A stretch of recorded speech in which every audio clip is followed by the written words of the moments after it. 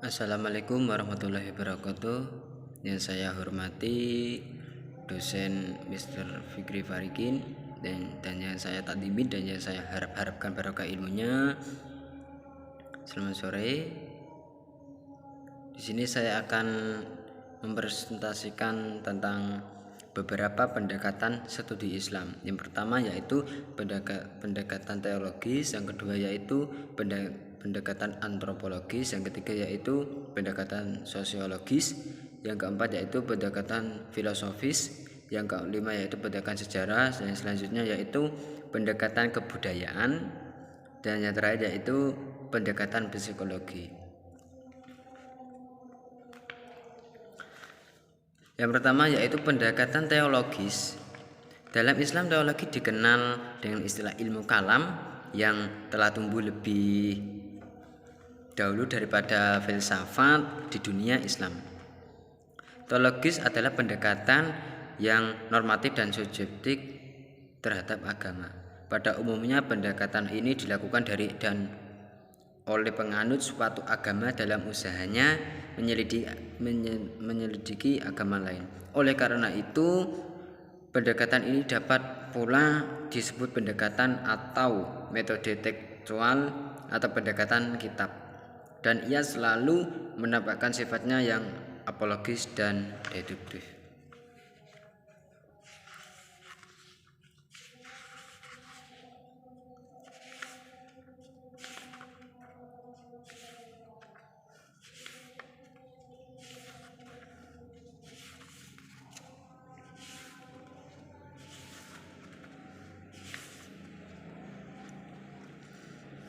Yang kedua yaitu pendekatan antropologis.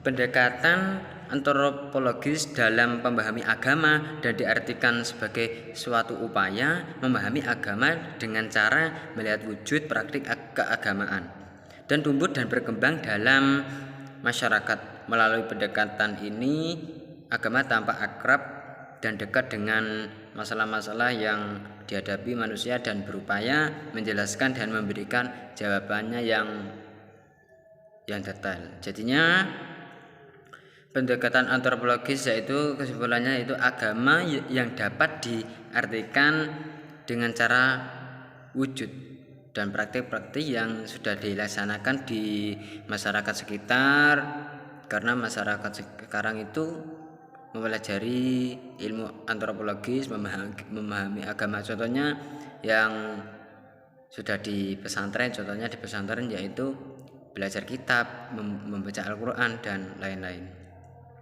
Yang ketiga yaitu pendekatan sosiologis. Pendekatan ini adalah kajian ilmiah tentang kehidupan sosial manusia yang berusaha mencari tahu tentang hakikat dan sebab-sebab yang dari berbagai pola pikir dan tindakan manusia yang teratur dapat berulang. Kesimpulannya yaitu pendekatan sosiologis yaitu tentang kehidupan sosial manusia, sebab akibat. Contohnya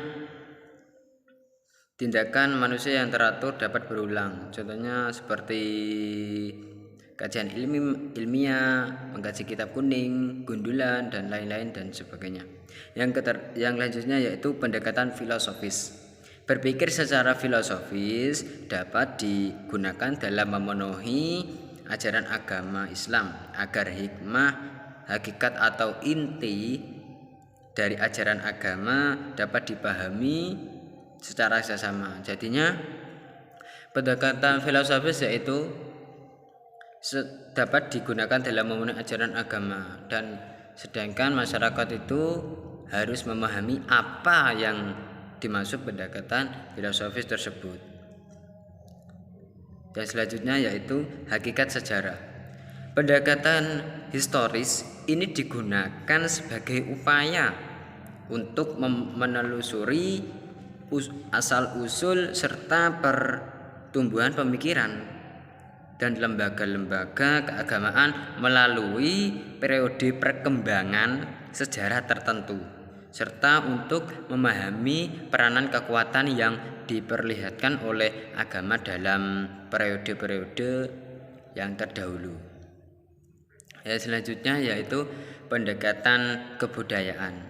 unsur-unsur kebudayaan yang terdapat di masyarakat tersebut selanjutnya yaitu dapat pula digunakan untuk memahami yang terdapat pada yang menggenjela di masyarakat. Agama yang tampil dalam bentuknya yang demikian itu berkaitan dengan kebudayaan yang berkembang di masyarakat tempat agama itu juga berkembang. Melalui pemahaman terhadap kebudayaan tersebut seseorang dapat mengamalkan ajaran agama. Contohnya seperti kebudayaan yang di mayoritas orang Indonesia yaitu beragama. Agama Islam yaitu adalah tiang agama.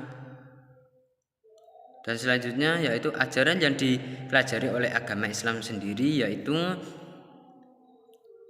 contohnya seperti semacam sholat dan agama dan apa itu namanya contoh-contoh yang lain yang terbaik buat kita masing-masing. Yang selanjutnya yaitu pendekatan psikologi. Pendekatan ini merupakan usaha untuk memperoleh sisi ilmiah dari aspek-aspek batin pengalaman keagamaan. Contohnya yaitu pengalaman dari orang-orang masih hidup. Contohnya yang orang-orang yang masih hidup itu mempunyai sumber pokok, contohnya sambang pangan dan seperti bertani dan mempunyai perdagangan atau bekerja di ladang atau di pasar dan lain-lain. Yang selanjutnya yaitu hasil kita capai dengan meneliti dari diri kita sendiri. Yang selanjutnya yaitu riwayat hidup yang ditulis sendiri oleh yang bersangkutan atau yang ditulis oleh para ahli agama. Cukup sekian yang bisa saya sampaikan dalam sore hari ini. Apabila tutur kata yang salah di hati kalian semua, saya mohon maaf yang sebesar-besarnya. Ihdinas siratal mustaqim. Assalamualaikum warahmatullahi wabarakatuh.